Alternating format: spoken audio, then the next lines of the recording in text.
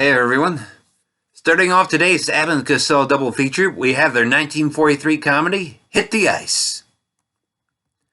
Now, Nurse Peggy Osborne, Elise Knox, is suspicious of new patient Harry Silky Fellowsby, Sheldon Leonard.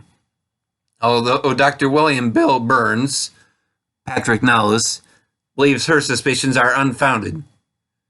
She is right, however, as Silky is using his hospital stay as an alibi for when he and his partners, Buster, Joseph Sawyer, and Phil, Mark Lawrence, robbed the nearby bank.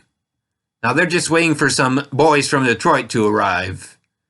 Meanwhile, a pair of photographers, Flash Fulton, Bud Abbott, and Tubby McCoy, Lou Costello, come to the hospital after Tubby falls off a ladder at a fire, and they are mistaken as being the boys that Silky is waiting for. Now, Flash and Tubby believe they are being hired to take pictures, and so they take some photos at the bank when it's being robbed. However, after Silky and his goons leave, Flash and Tubby realize that the bank had been robbed, but by then it is too late, as the cops now believe them to be the robbers. Now, Peggy noticed that Silky was gone, but he was back in his bed before Dr. Burns returned.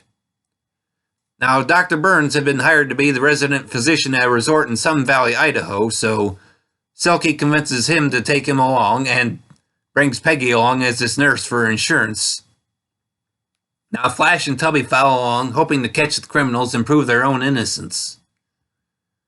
On the train ride, Tubby meets and falls in love with singer Marcia Manning, Ginny Sims. Silky, who had originally helped her catch her big break, tries to use this to his advantage by having her try to get the photo negative, but she fails. Can Flash and Tubby capture the criminals before they eliminate all potential witnesses? Now, in production, Hit the Ice was being planned under the working titles Oh Doctor and Pardon My Ski. The movie was mainly filmed on the Universal backlot, but there was some stuff filmed in the Soda Springs, California. Now, one of the sets was actually built on a skiing rink in Westwood, California. Now, first, the movie was going to be directed by Earl Kenton, who had directed a few of the earlier Abbott and Costello films, but he and Lou didn't get along at that point, so he was fired.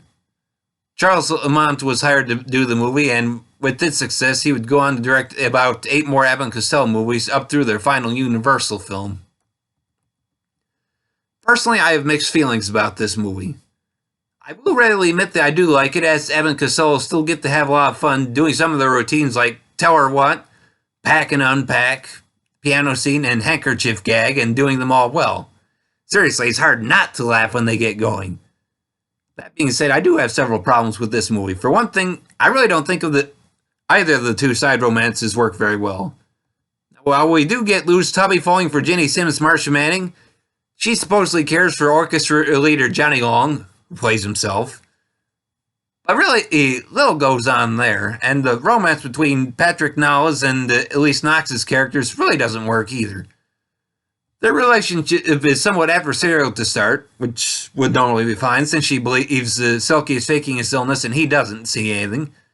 But the only real hints of romance occur when they are at the skating rink at the resort, and that scene is really not helped by the fact that the skating seems to be done by doubles, or at least that's what I'm assuming is the case since the camera changes shots to much further away for most of the skating routine, so you can't really tell if it's the actual actors or not. And so I just feel like that takes away from it.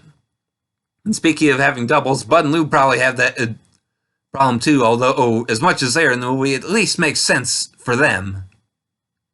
I mean, Patrick Nollis and Elise Knox have so little to do. I'd rather they had either cast 2 people who could skate and act, or take out that skating scene entirely. I mean, why? But getting back to Bud and Lou, though, the rear screen projection takes away from it a little. I mean, I know it's been done in some of their other films, but for whatever reason, it just seems to bother me more here. So, in spite of these complaints, this is still a fun film and well worth it just for the boys doing their comedy routines. So yes, I do still recommend it. This movie is available on Blu-ray as part of the complete Abbott and Costello Universal Pictures collection from Shout Factory, and is 1 hour and 22 minutes in length. Well, that's all I have to say on this one, everybody, so Thanks again for listening, and I hope you'll keep coming back for more.